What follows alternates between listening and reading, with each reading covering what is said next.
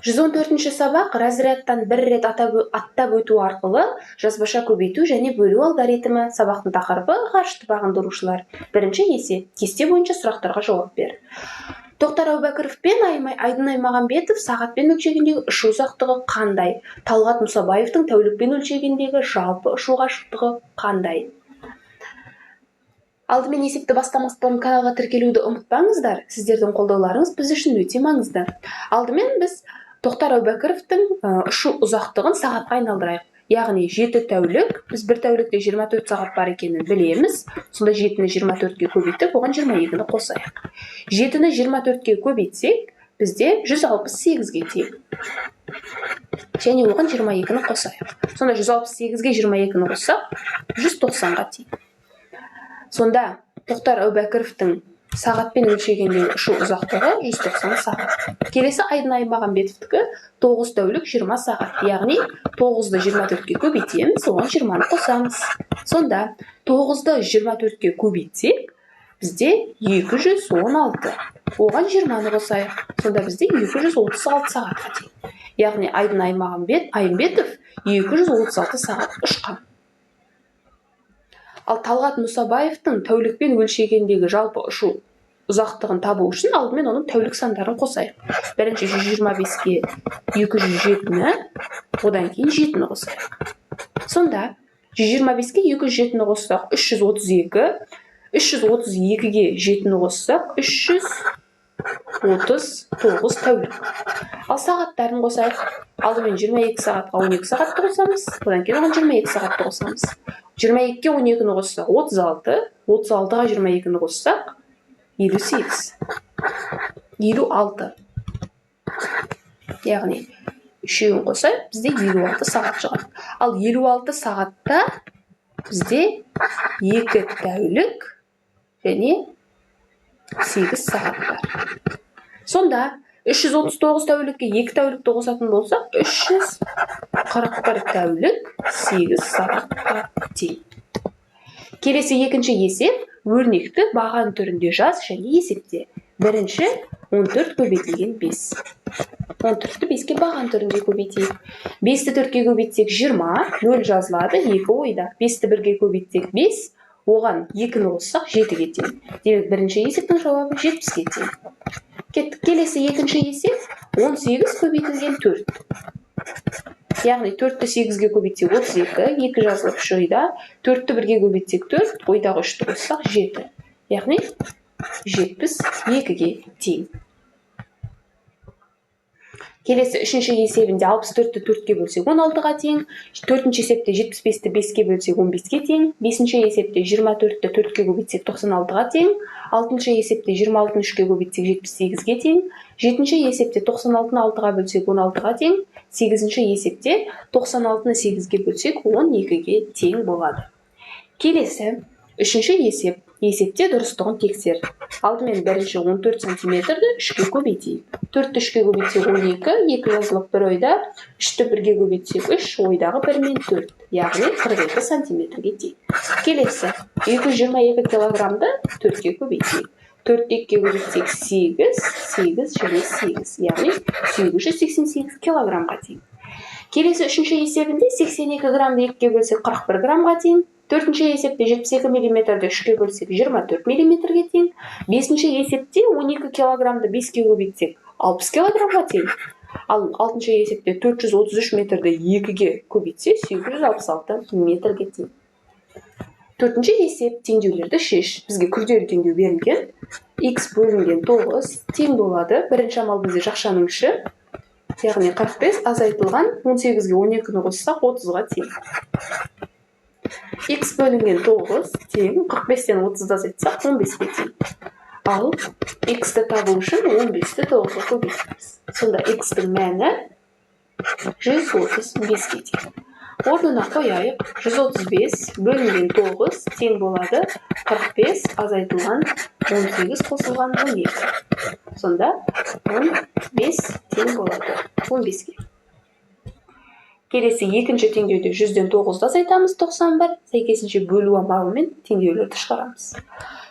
Үшінші теңдеуде 24-ті 3-ке көбейтеміз 72-ге тең, әрі қарай 72-ден 40-ты азайтып теңдеуді шығаратын боламыз. Бесінші есеп баған түрінде жаз. Алдымен бірінші 13-ті 6-ға көбейтейік. 6-ны 3-ке көбейтсек 18-ге тең, 8 жазылып бір ойда, 6-ны 1-ге көбейтсек 6, ойдағы 1 мен 7, яғни 78-ге тең. Келесі екінші 27-ні 3-ке көбейтейік. 3-ті 7-ге көбейтсек 21, 1 жазылып 2 ойда, 3-ті 2-ге көбейтсек 6, ойдағы 2 мен 8, 81-ге тең. Келесі үшінші есеп 1000-нан 479-ды азайтамыз. Қарыз берейік. 10-нан 9-ды азайтсақ 1-ге тең. 10-ның біреуі қарызға кетті, 9 қалды. 9-дан 7-ні азайтсақ 2-ге тең. 10-ның біреуі қарызға кетті, 9. 9-дан 4-ті азайтсақ 5-ге тең. Демек 521. Келесі төртінші есеп 385-ге 96-ны қосайық. Сонда 6-ға 5-ті қоссақ 11, 1 жазылып 1 ойда, 9-ға 8-ді қоссақ 17, ойдағы 1 мен 18, 8 жазылып 1 ойда, 3, ойдағы 1-ді қоссақ 4, яғни 481-ге тең. Әрі қарай қалған есептерді де дәл солай көбейту, бөлу, қосу, азайту амалдарын баған түрінде орындаймыз. 6-шы есеп қорапта болды. Қызыл бөлшектер, көк бөлшектер, жасыл бөлшектер тіркестерін пайдалана отырып, сызба бойынша есеп құрастырыңдар.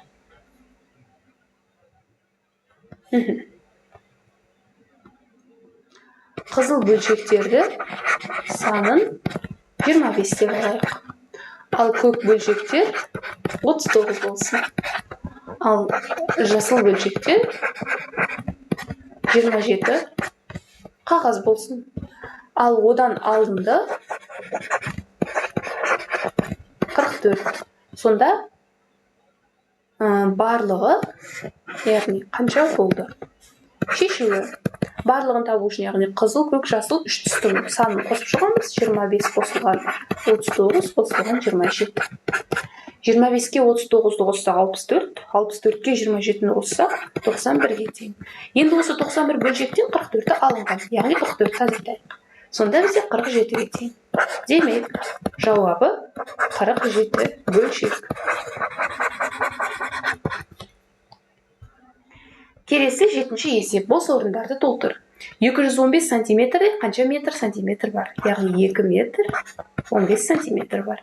5 метр 90 сантиметрде 590 сантиметр бар.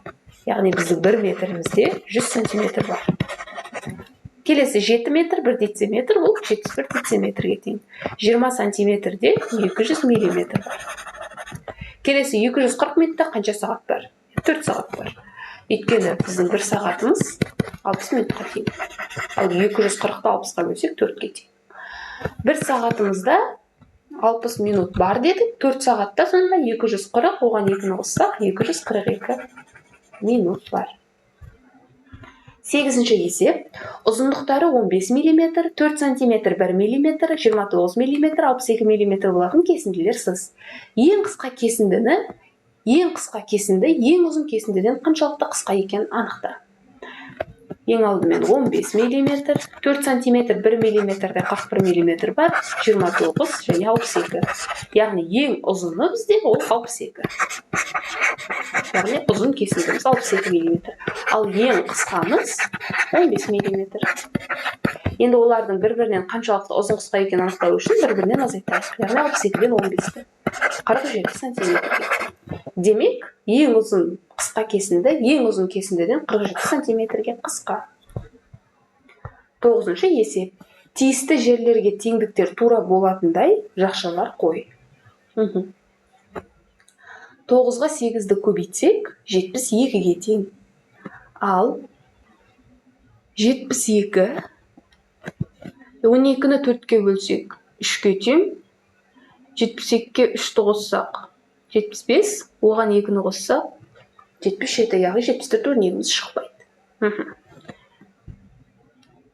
Демек, біз өрнекті бұлай құрастырып көрейік. 12-ге 4-ті бөлсек 3, 3-ке 8-ді қоссақ 11. 9-ға 11-ді көбейтсек 99, оған 2-ні қоссақ 101. Ендеше бұл өрнегімізде жарамайды.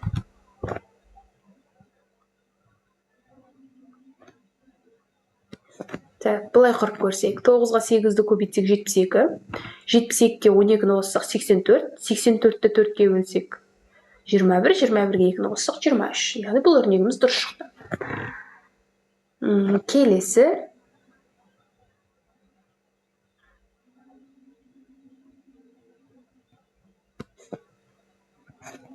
сегізге 12-ні қоссақ 20, 20-ны 9-ға көбейтсек 180, 180-ді 4-ке бөлсек 45. Бұл демек үшінші өрнегімізге сәйкес келеді. Яғни 8-ге 12-ні қоссақ 20, 20-ны 9-ға көбейтсек 180, 180-ді 4-ке бөлсек 45, 45-ге 2-ні қоссақ 47-ге тең.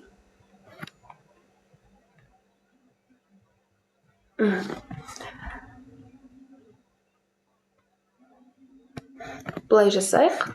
4-ке 2-ні қоссақ 6-ға тең, 12-ні 2-ке бөлсек 6-ға бөлсек 2, 9 жердегі 8-ін 72. Енді осыларды шығарайық. Яғни бірінші 9-ға 8-ді көбейтсек 72, қосылған 12 бөлінген 4-ке 2-ні қоссақ 6. 72 қосылған 12-ні 6-ға бөлсек 2, яғни 74-іміз дұрыс шықты. Келесі 9-ды 8-ге көбейтсек 72, оған 12-ні қосамыз, және оны 4-ке бөліп, оған 2-ні қосамыз. 72-ге 12-ні қоссақ 84, оған 4-ті бөліп 2-ге қоссақ 84-ті 4-ке бөлсек 21, оған 2-ні қоссақ 23. Яғни бұл да дұрыс шықты. Келесі 9 көбейтілген 8-ге 12-ні қоссақ 20, оны 4-ке бөлейік және 2-ні қосайық. 9-ды 20-ға көбейтсек 180, оны 4-ке бөліп 2-ні қосайық. 180-ді 4-ке бөлсек 45, оған 2-ні қосайық, сонда 47-ге тең.